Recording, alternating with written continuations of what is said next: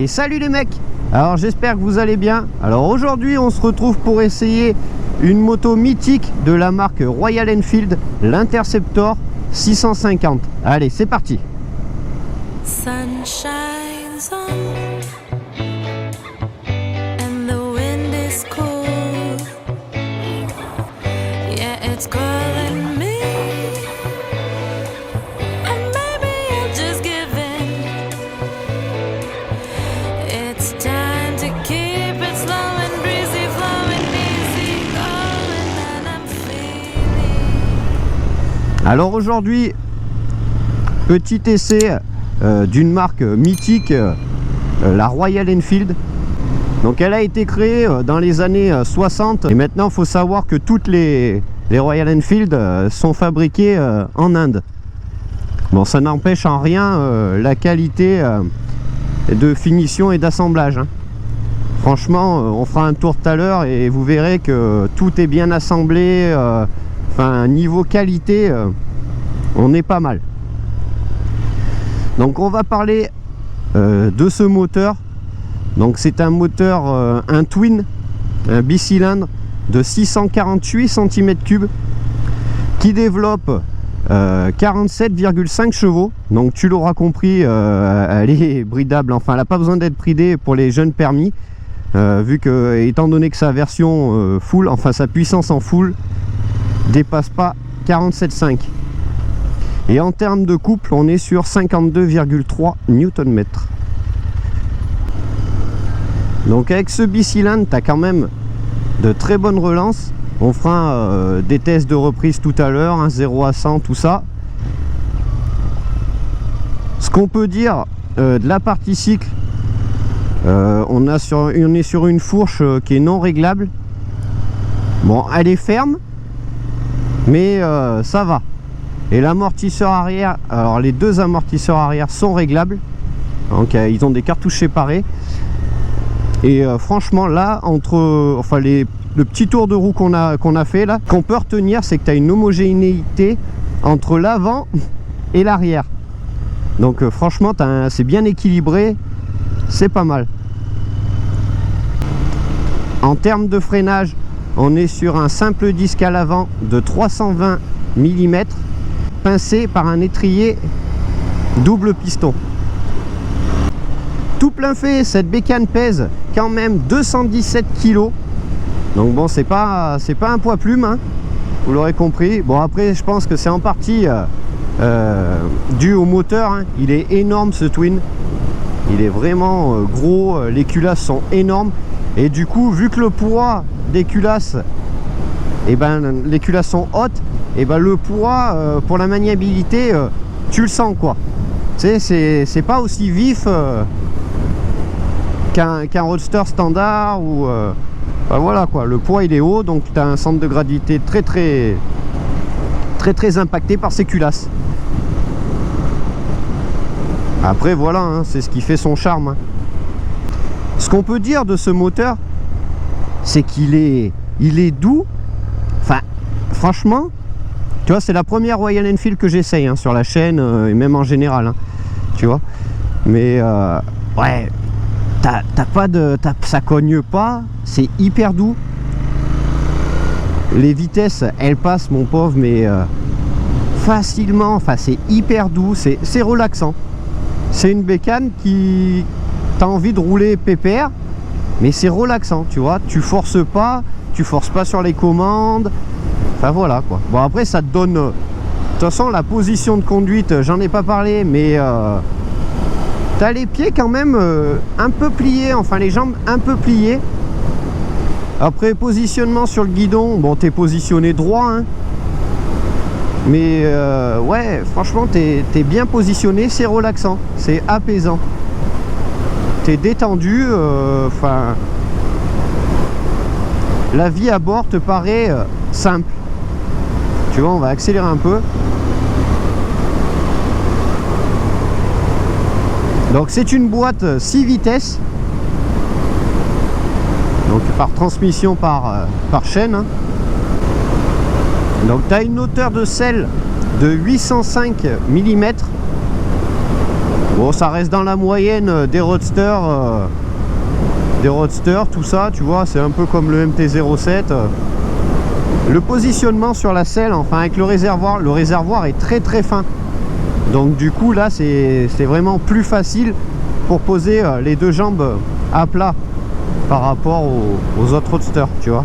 La selle à première vue m'inspirait pas le confort, tu vois, t'avais vraiment l'impression qu'elle allait être raide, et en fait une fois assis dessus, ouais, t'as l'impression d'être dans un canapé, quoi. T'es vraiment bien positionné, bien installé. Les suspensions, comme je t'ai dit, elles sont fermes, mais ça va. Donc faut savoir que cette moto maintenant en 2021 est passée Euro 5. Donc pour différencier la version Euro 4 d'Euro 5, c'est très simple. Sur la nouvelle version, donc Euro 5, ils ont rajouté les petits soufflets sur les fourreaux de fourche qui n'étaient pas présents sur l'Euro 4, ou alors c'était en option. Là, direct, dès que tu l'achètes, tu auras les soufflets sur la fourche. Sonorité échappement, je te fais écouter ça de suite.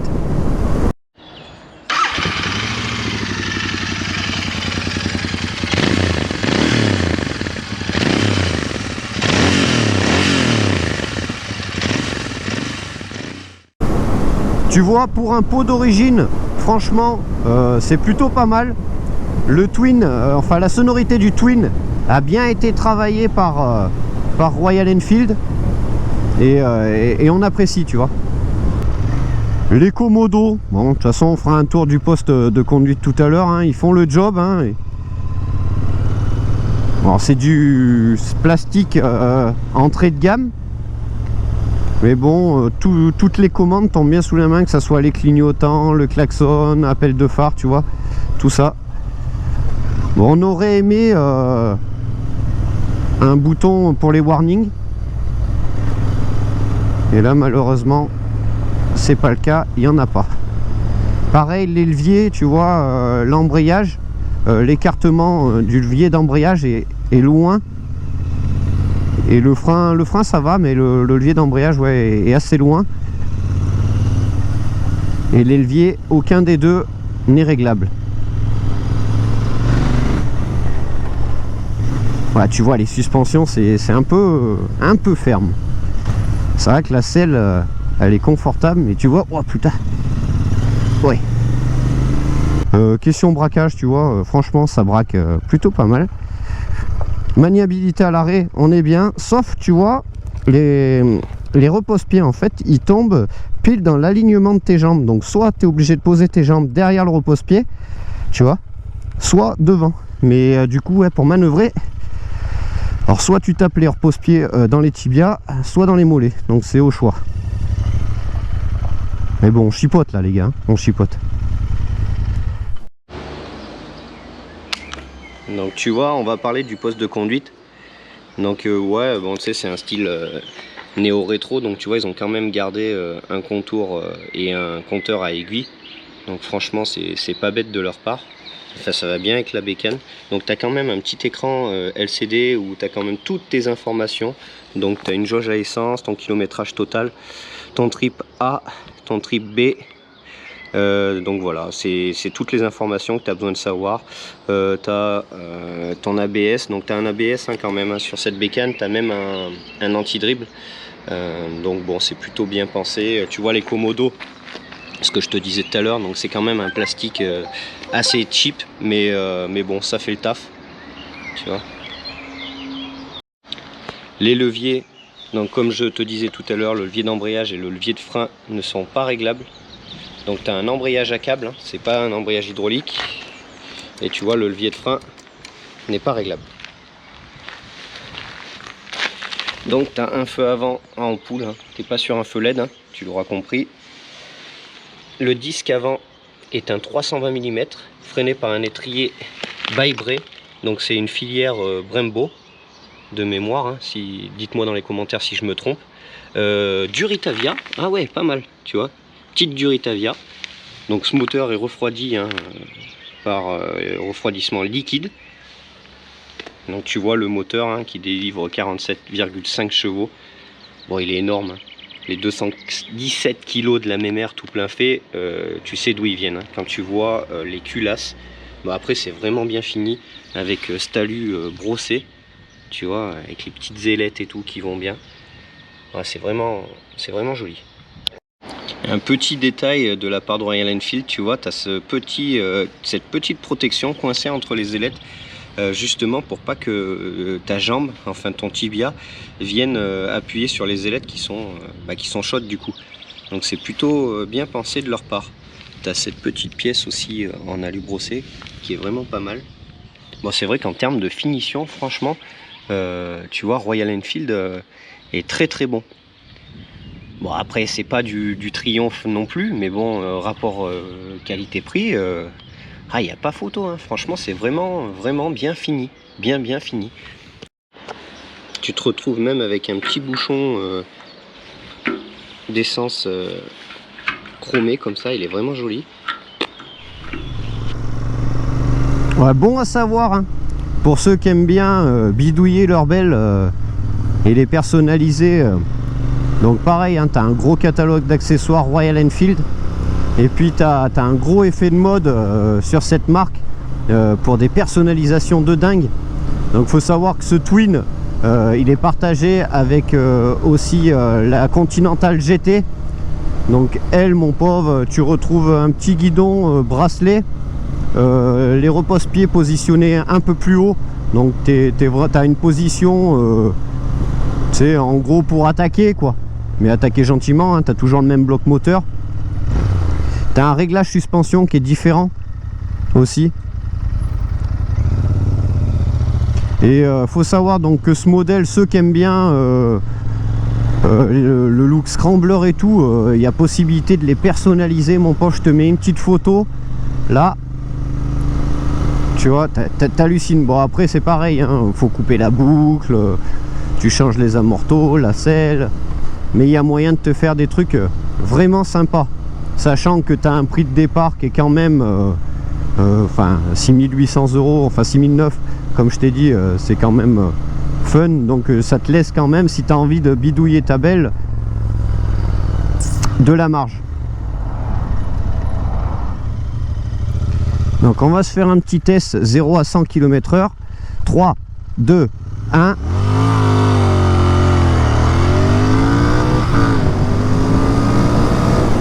Top.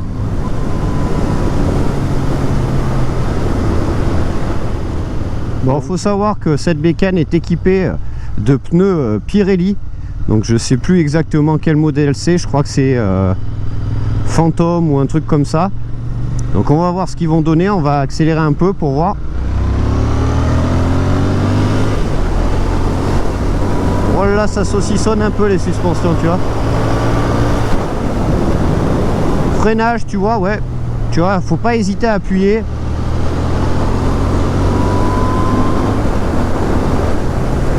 Ouais, t'as des bonnes relances, hein.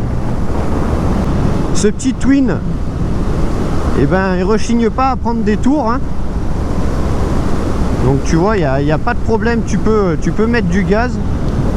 Enfin, même si cette bécane, c'est plus fait pour enrouler, tu vois, rouler sur le couple. Et des bonnes petites balades, tu vois. Tu as un frein moteur qui est présent et qui est vraiment cool, quoi, tu vois. Et cette sonorité,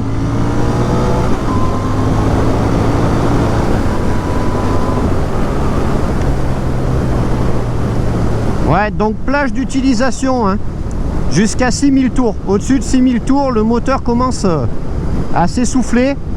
Donc la limite vraiment, c'est 6000 tours. Ouais, bon, pour un Twin comme ça de 47.5, c'est bien, c'est pas mal. Le couple est présent quand même très tôt. Donc bon, tu as une bonne plage d'utilisation quand même. Donc on va parler du prix de la bécane. Donc elle est disponible avec plusieurs couleurs. Donc tu as les couleurs de base, donc orange, bleu, noir, etc. Qui sont à 6890 €.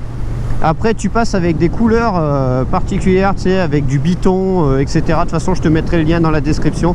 Tu pourras aller checker tout ça. Qui sont à 7090 €. Et après tu as une version full chrome qui elle est à 7390 €. C'est la plus chère. Donc on va parler des qualités et des défauts de cette bécane. Donc tout d'abord, les défauts, tiens, les suspensions un petit peu fermes. Et bon, comme je te dis, hein, au prix de la bécane à 6890 €, c'est déjà bien d'avoir des bonnes suspensions comme ça. C'est juste qu'elles sont un petit peu fermes. Mais la selle, vu qu'elle est confortable, tu vois, ça gomme un peu tout ça. Le poids de la bécane, ça peut être un défaut, tu vois, vu que les culasses sont positionnées un peu haut, faut quand même bien amener la moto pour tourner. Mais bon, après c'est une habitude à prendre, donc on peut pas vraiment considérer ça non plus comme un défaut.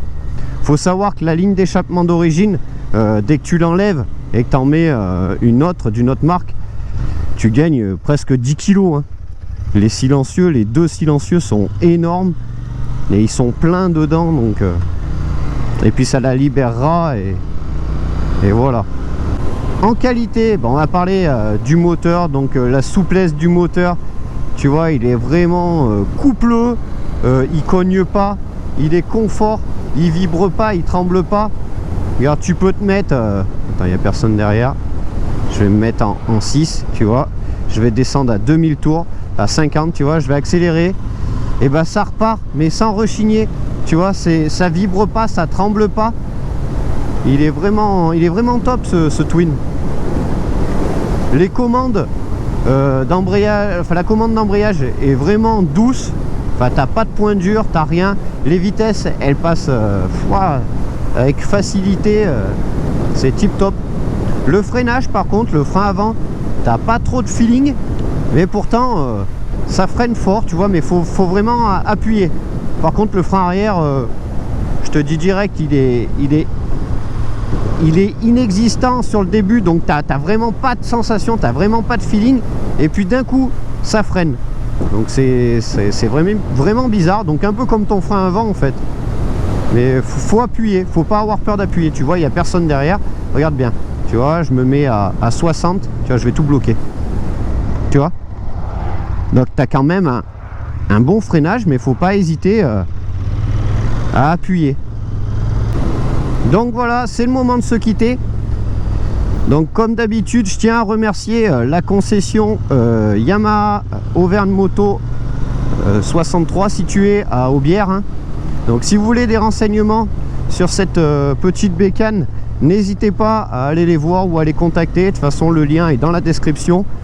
Et comme ça, vous pouvez réserver un petit essai de cette bécane et avoir votre propre avis. De toute façon, voilà, il n'y a pas de secret, faut essayer. Donc voilà, j'espère que la vidéo t'a plu. Si c'est le cas, n'hésite pas à lâcher un petit pouce bleu, ça fera plaisir et ça m'encourage à continuer mes essais. N'hésite pas non plus à commenter, hein, et me dire quelle moto t'aimerais voir en essai sur la chaîne. Je te répondrai, il n'y a pas de problème. Sur ce, je te souhaite une bonne journée, un bon week-end. Allez, tchuss les mecs.